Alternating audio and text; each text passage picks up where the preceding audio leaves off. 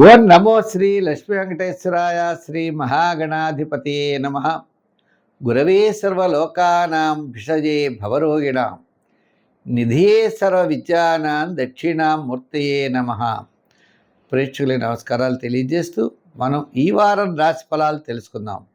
June 21 నుండి June 27 వరకు గ్రహాల యొక్క పరిస్థితి మనం చూసినట్లయితే కుంభరాశిలో రాహు, మీనరాశిలో శని, మరి మిథున రాశిలో కుజుడు, రవి బుధులు మిథున రాశిలోను వృషభంలో కుజుడు, గురు శుక్రులు కర్కాటక రాశిలో, సింహరాశిలో కేతువు, మరి చంద్రుడు చూస్తే సింహ, కన్య, తులా రాశుల్లో చంద్ర సంచారం. ఈ విధమైన గ్రహముల యొక్క సంచారంతో ఈ వారం రాశి ఫలాలు మనకి తెలుసుకుందాం. ఇక్కడ ఒక విషయం అన్నది, వ్యక్తిగతమైన జాతకాల్లో బలం ఉన్నప్పుడు కొంతమందికి పనులు జరుగుతాయి. వ్యక్తిగత జాతకాల్లో బలం లేనప్పుడు మనం గోచార ఫలాలు కూడా మనం చూసుకోవాలి. అంటే గోచారంలో బలంగా ఉండి వ్యక్తిగత జాతకంలో బలంగా ఉంటే ఆ వ్యక్తికి తప్పనిసరిగా పని అవుతుంది. ఒక్కొక్కళ్ళు అంటారు, మా రాశి చాలా సూపర్ అని చెప్పారు కానీ జరగట్లేదు అనేవాళ్ళు కొంతమంది. మీరు చెప్పేవి జరగలేదని చెప్పేవాడు కూడా ఉంటారు. ఎందుకంటే వాళ్ళ రాశి కరెక్ట్గా తెలియాలి కదా. మరి వాళ్ళు పుట్టినప్పుడు వాళ్ళు ఏమి నక్షత్రంలో పుట్టారో వ్యక్తిగత జాతక బలం కూడా ఎక్కువగా ఉంటుంది. ఇప్పుడు మనం అందరూ కూడా వార ఫలాలు చెప్పేది గోచార ఫలములను బట్టే చెప్తారు. అంటే ఆకాశంలో ఉన్న, వర్తమానంలో ఉన్న గ్రహముల యొక్క చారాన్ని బట్టి, వాటి యొక్క నడకను బట్టి అవి ఏ ఏ రాశుల మీద ఎలా ప్రభావం చూపిస్తుందో ఆ విషయం చెప్తారు. ఒక్కొక్కరికి తన జాతకంలో గొప్ప యోగాలు ఉంటాయి, అవి జరుగుతాయి.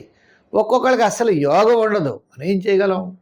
అంచేత ఇటువంటి సమయంలో భగవంతుడి యొక్క ఆరాధన ద్వారా విజయం సాధించవచ్చు అనే విషయం తెలుసుకోవాలి. మనలో పాజిటివ్ వైబ్రేషన్స్ పెంచుకుంటూ మనిషి చాలా కష్టపడితే తప్పకుండా విజయం సాధిస్తాడు. పని ఎలా అవుతుందో అలా ప్రయత్నం చేయాలి. పని నువ్వు అవ్వట్లేదంటే నువ్వు ప్రయత్నంలో అవ్వచ్చు కదా.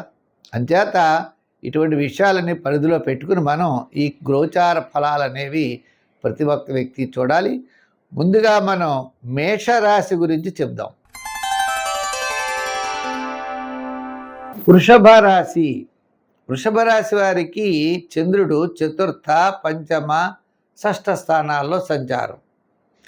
మరి ద్వితీయంలోనే మరి రవి బుధులు ఉన్నారు, తృతీయంలో గురు శుక్రులు ఉన్నారు. విందులు వినోదాల్లో పాల్గొవచ్చు, ముఖ్యమైన వ్యవహారాలు యోగిస్తాయి. వార ప్రారంభం సాధ్యమైనంత వరకు ఇతరులతో వివాదాలకి దూరంగా ఉండాలి. వారపు మధ్యలో కార్యజయం కలుగుతుంది. ఆర్థిక ప్రోత్సాహం వారాంతం కలుగుతుంది. ముఖ్యమైన వ్యక్తులతో పరిచయాలు, ఒప్పందాలు, అగ్రిమెంట్స్ ఇవన్నీ కూడా వారాంతంలో జరిగే అవకాశాలు ఉన్నాయి. ఒక ముఖ్యమైన వ్యవహారం వారాంతంలో లాభించే పరిస్థితులు ఉన్నాయి. అంటే ఒక పార్ట్నర్స్తో కానీ, అలాగనే మీరు చేసేటువంటి వృత్తుల్లో, వ్యాపారాదుల్లో డెవలప్మెంట్ కోసం ఒక మీటింగ్ పెట్టుకోవడం వారాంతంలో జరుగుతుంది. దాంట్లో చాలా మంచి నిర్ణయాలు తీసుకోవడం కూడా జరుగుతుంది. విద్యార్థులకు కూడా మంచి అవకాశాలు లభిస్తాయి. మహిళలు కూడా వారాంతం అనుకూలంగా ఉంటుంది. వార ప్రారంభం సహచరులతో వివాదాలకి దూరంగా ఉండండి.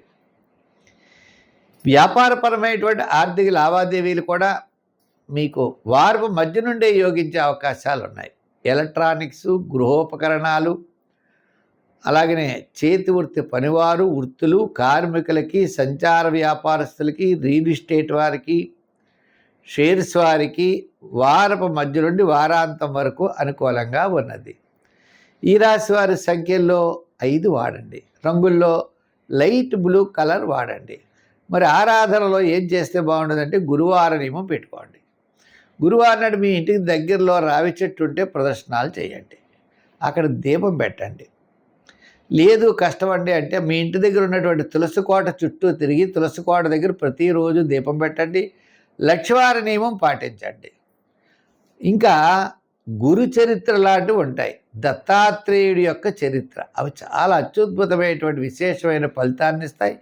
దత్తాత్రేయ చరిత్ర వినండి, చదవగలిగితే చదవండి, చదవలేని వారు వినండి. గురువార నియమం పెట్టుకోండి. ఒక పూట భోజనం, ఒక పూట టిఫిను చేయాలి. గురువారం శివుడికి చేయాలి ఇక్కడ, అంతేగాని సాయిబాబా అనో లేకపోతే ఇంకోరనో చేయకూడదు. అంటే గురుడి యొక్క బలం శంకరుడు ఇవ్వాలి కాబట్టి ఆ సాయి మనకి ఆ శివారాధన చేస్తూ చెయ్యాలి. ఒకవేళ గురువారం కుదరదు గురువుగారు అంటే సోమవారం చేయండి. సోమవారం అయినా మంచిదే మీకు. గురువారం సోమవారాల్లో తప్పనిసరిగా చేస్తే గురుగ్రహం పెరిగి అత్యద్భుతమైన ఫలితాలు ఉంటాయి.